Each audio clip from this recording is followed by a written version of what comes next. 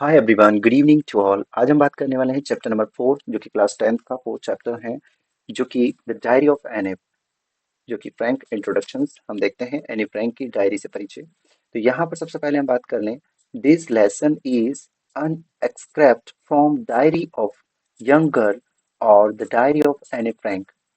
यह जो पार्ट है यानी जो लेसन है diary of a young girl या the diary of Anne Frank से एक अंश है।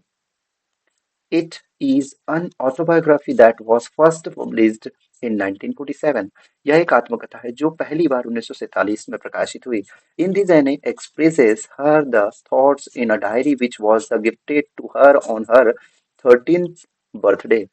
Guys, इसमें एनी ने अपने विचार एक डायरी में व्यक्त किए जो उसे उसके 13वें जन्मदिन पर उपहार में दी गई थी। She names the diary Kitty, which she considered as her only true friend. और गाइस उसने डायरी का नाम किट्टी रखा जिसे वह अपना एकमात्र सच्चा दोस्त मानती है। She mentioned about her childhood, her family and a lot of other things that she told no one else. और वह अपने बचपन और अपने परिवार और बहुत सी अन्य बातों का उल्लेख करती है जो उसने किसी और को नहीं बताई।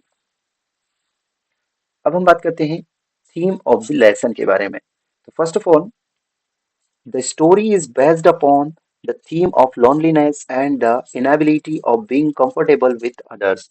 कहानी एक अकेलेपन और दूसरों के साथ सहज न रह पाने की थीम पर आधारित है।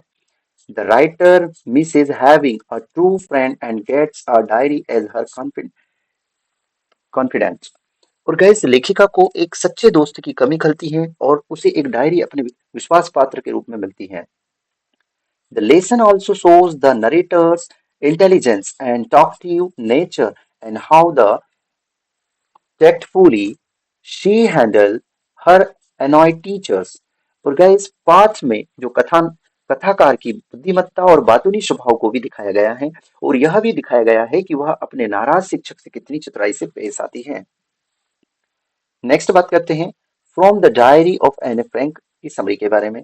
जो in this lesson Anne talks about being lonely and having no one to talk to despite being the surrounded by family and around 30 peoples whom she called her friends. इस लेशन में एनी अकेलेपन के बारे में बात करती है और परिवार और लगभग 30 लोगों से घिरे होने के बावजूद उसके पास बात करने के लिए कोई नहीं है जिन्हें वह अपना दोस्त कहती हैं। Thus she takes the decision of writing her feeling in a diary. इस प्रकार वह अपनी भावनाओं को एक डायरी में लिखने का फैसला करती है। Next, it is unusual for her to write in a diary, but she is really in need of a true friend. अब क्या है उसके लिए डायरी लिखना असामान्य है लेकिन उसे वास्तव में एक सच्चे दोस्त की नीड है यानी जरूरत है। Thus she decides to name her diary Kitty and unlike other people. और गाइस इसलिए उसने अपनी डायरी का नाम किट्टी रखने का फैसला किया और अन्य लोगों के विपरीत।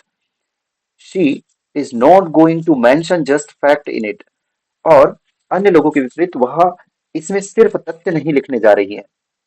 She starts with writing her background to make it easier to understand for anyone who reads it later.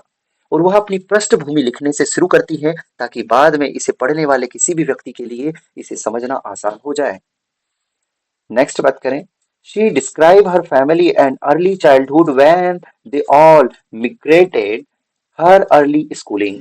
और वह अपने परिवार और बचपन के बारे में बताती हैं जब वे सभी पलायन कर गए थे और अपनी शुरुआत स्कूली शिक्षा के बारे में भी बताती हैं। After giving a brief account of her the background, she comes to the present day where she tells us about the result day.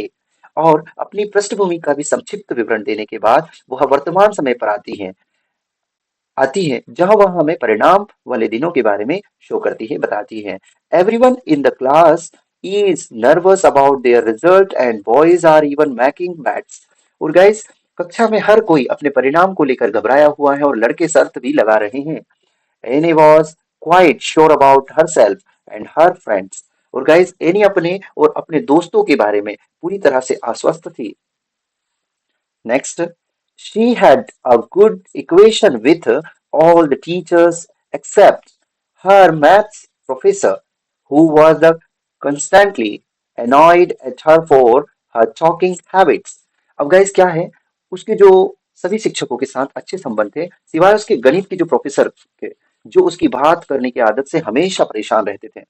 Thus, he started giving her punishment in the form of essay on weird topics such as chatterbox, to which she replied with full wit. और guys यहाँ पर उन्होंने उसे क्या है, गुस्से में जब वो उससे परेशान हो गए थे तो उन्होंने उसे एक ऐसे लिखने के लिए दे दिया था, इसलिए उसे उसने उसे अजीब विषयों पर निबंध लिखने के रूप में सजा देना शुरू कर दिया, जैसे चटरबॉक्स, जिसका उसे उसने पूरी बुद्धि के साथ जवाब दिया. विच मतलब होता है, विट मीन्स होता है विजडम, और विजडम मीन्स होता है बुद्धि. नेक्स्ट बात करते हैं guys. She wrote essays that were funny and explained that these was a trait that she inherited from her mother and not much could be done about it.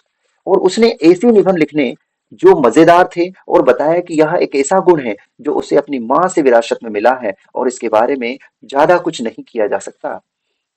He kept on giving her essay until she wrote a satire.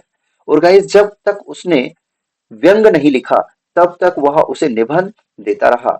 After that third and last assignment, Mr. Kissing never pointed her out for talking. और guys क्या था कि इसमें जब तब तक वह उसे एक निबंध देता रहा, तीसरे आखिरी असाइनमेंट के बाद मिस्टर किसिंग ने उसे कभी बात करने के लिए नहीं कहा. Thank you for watching. फिर मिलते हैं नेक्स्ट वीडियो में. जब तक के लिए टेक केयर. हमारे साथ बने रहिए. आपको और भी इससे मज़ेदार वीडियोस मिलती रहेगी जिससे आपके एग्जाम पॉइंट ऑफ व्यू से आपके नॉलेज में भी इंक्रीज होगा. Thank you for watching. That's it.